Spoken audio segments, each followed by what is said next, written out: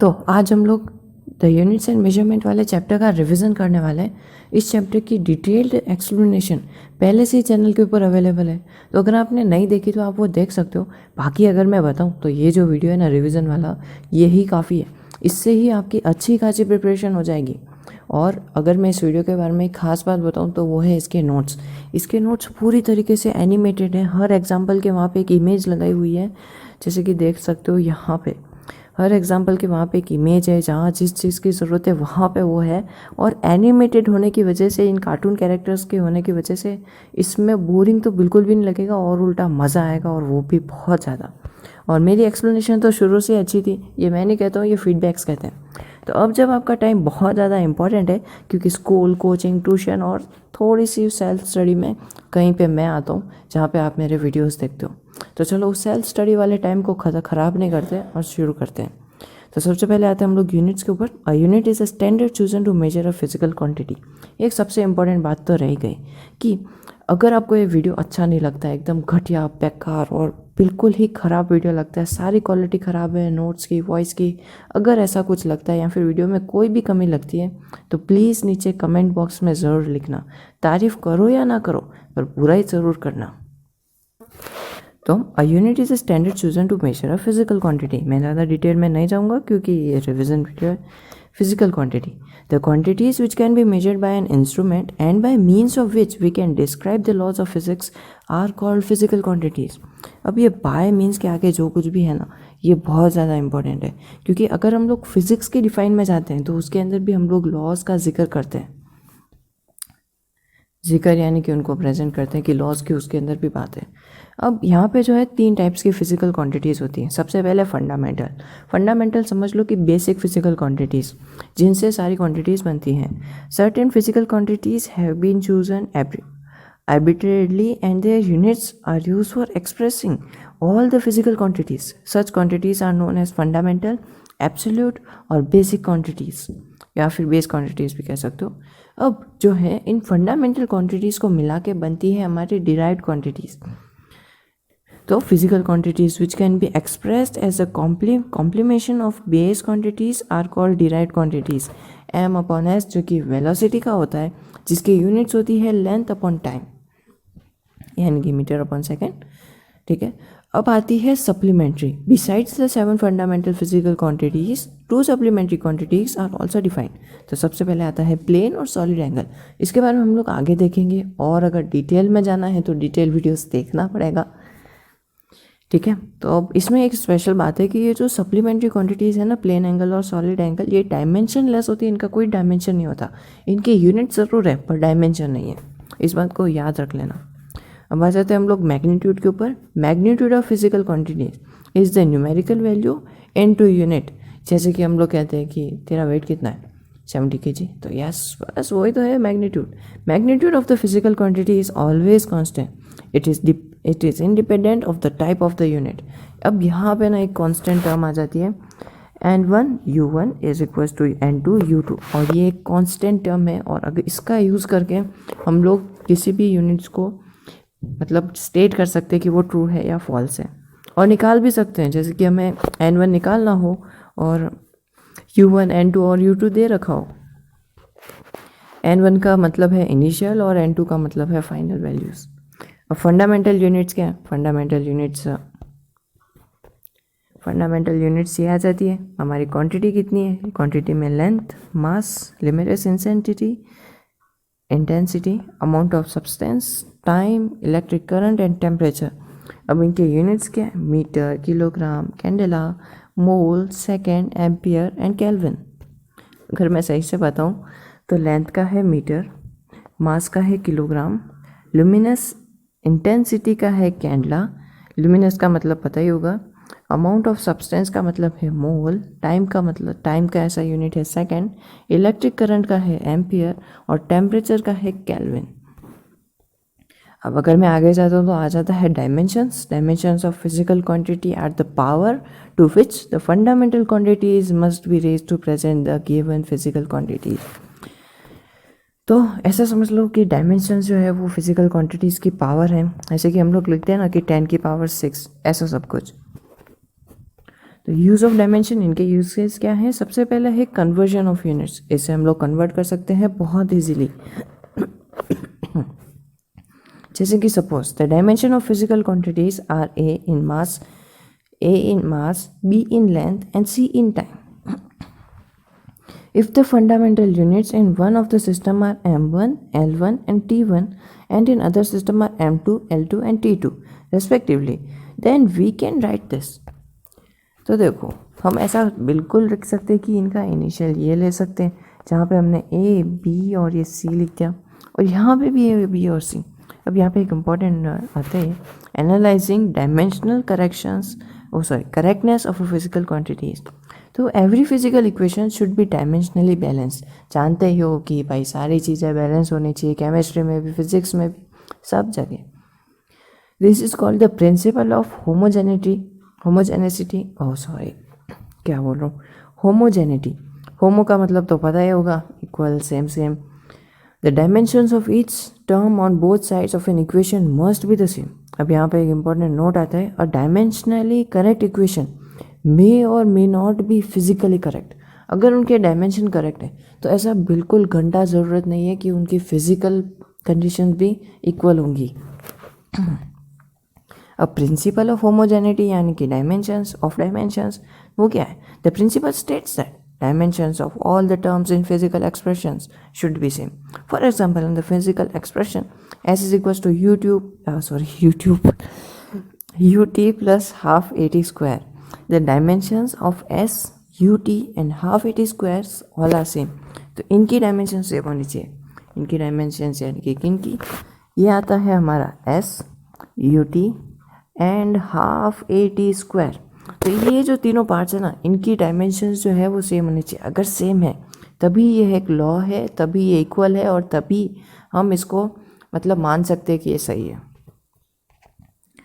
अब एक और स्पेशल नोट आता है, physical quantity separated by the symbol have the same dimension.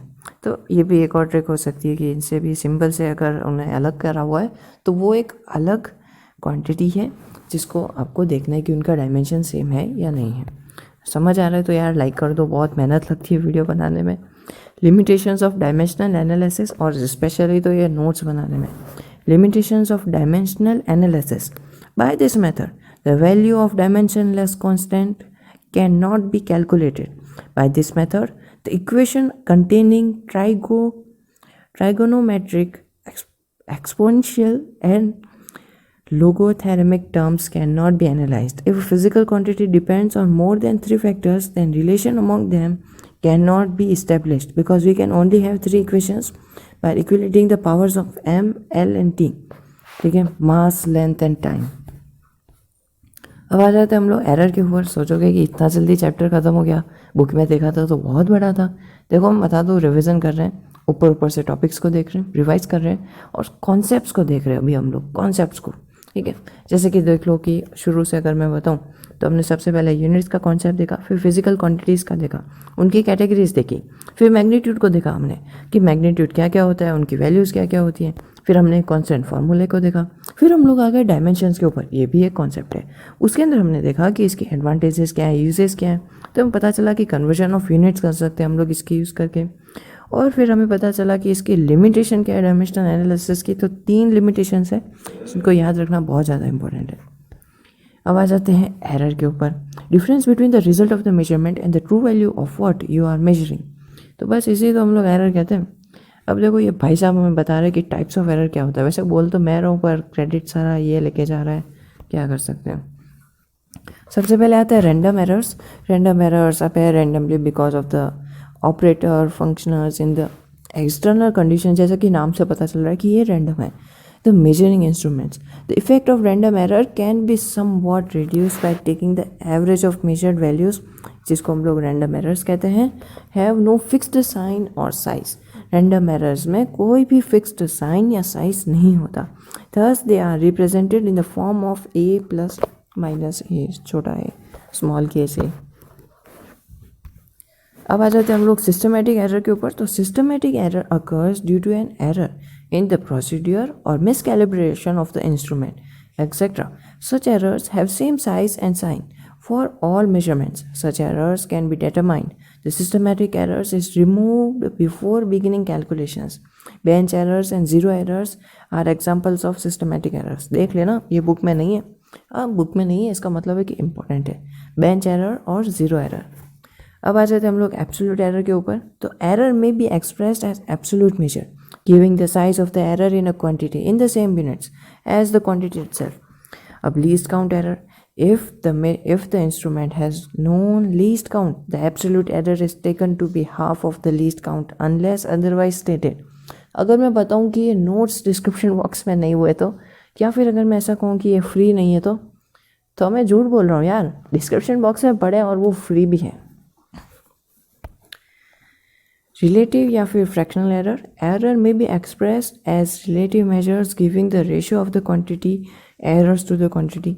सोचो इतना वीडियो मैंने बनाया हो और मैंने टाइम ही चालू रिकॉर्डर ही ऑन नहीं किया हो, पर हाल फिलहाल बहुत बढ़िया बात है कि वीडियो भी बहुत अच्छा बना और रिकॉर्डर भी चालू है. अब रूल्स ऑफ एरर मेजरमेंट. तो इनके कुछ रूल्स होते हैं. इसका पार्ट 2 है. पार्ट 1 के लिए भाई डिटेल एक्सप्लेनेशन में जाओ. ठीक है. तो सबसे पहले आता है एडिशन एंड सब्ट्रैक्शन रूल. तो ये कुछ ऐसा होता है, तो एब्सोल्यूट रैंडम एरर्स के अंदर हमें ऐड करना पड़ता है. जैसे कि अगर r is equal to a plus B या फिर r is equal to a minus B, तो फिर हमने करना पड़ता है कि r is equal to a plus B, यानी कि कैपिटल को स्मॉल केस में लिखना पड़ता है अगर हमें कहीं पे एरर को बताना है तो. Product and quotient rule. The relative random errors add if r is equal to a b और r is equal to a upon B, then हाँ ठीक है यार, देख लो यार. अब मैं इसको कैसे बताऊँ. R upon R, A upon A plus B upon B. ठीक है. वो बार बार कहाँ चला जाता है. अब आता है एक और power rule. When a quantity q is raised to power p, the relative error in the result is p times the relative error in q. This also holds for negative powers. तो अगर मैं r के ऊपर r is equal to q की power में अगर raise कर देता हूँ p से, तो r upon r will be equal to p into q upon q. कितना अजीब लगता है ये बोलने में, q अपॉन q. और स्मॉल केस कैपिटल q बोलूँ तो वो भी अजीब लगता है. अब आते हैं हम लोग वर्नायर कैपिलायर के ऊपर.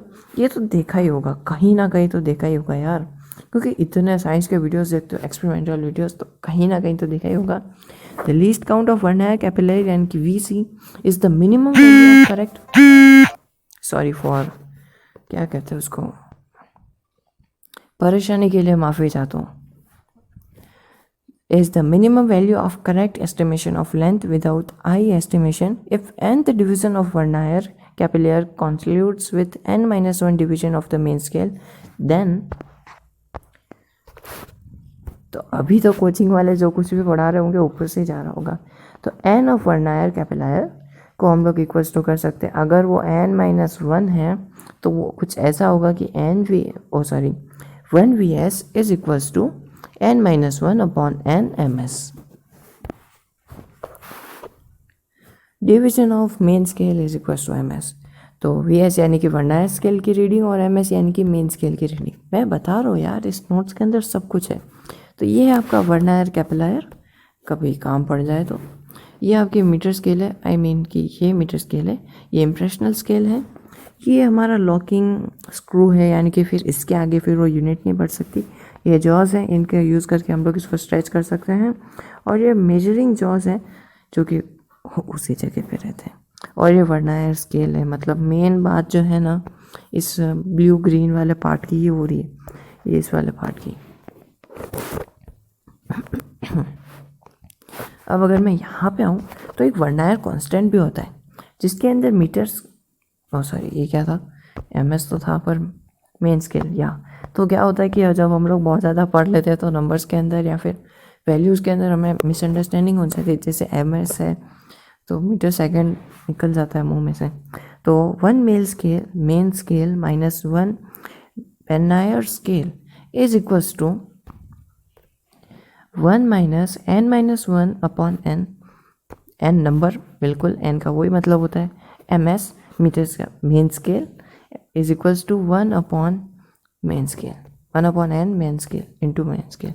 यानी कि अगर मैं ऐसा बताऊँ कि 1 upon n into main scale, तो ये होता है जब हम लोग वन मेन स्केल में वन वर्नायर स्केल को माइनस करते हैं, which is equals to the value of the smallest division of the main scale divided by total number of division of the vernal scale।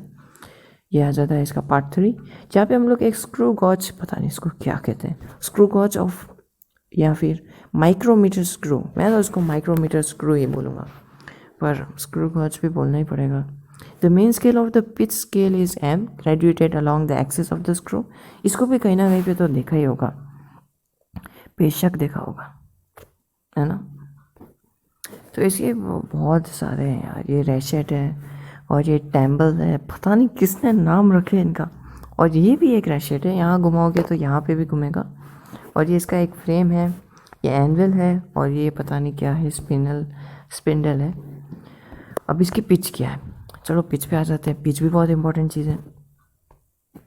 The pitch of the instrument is distance between two consecutive threads of screw which is equals to the distance moved that is the screw due to one complement ratio of the crop thus 4, यानी कि 10 rotation of cap is equals to 5 millimeter, then pitch is equals to 0.5 millimeter upon में करके divide कर दो।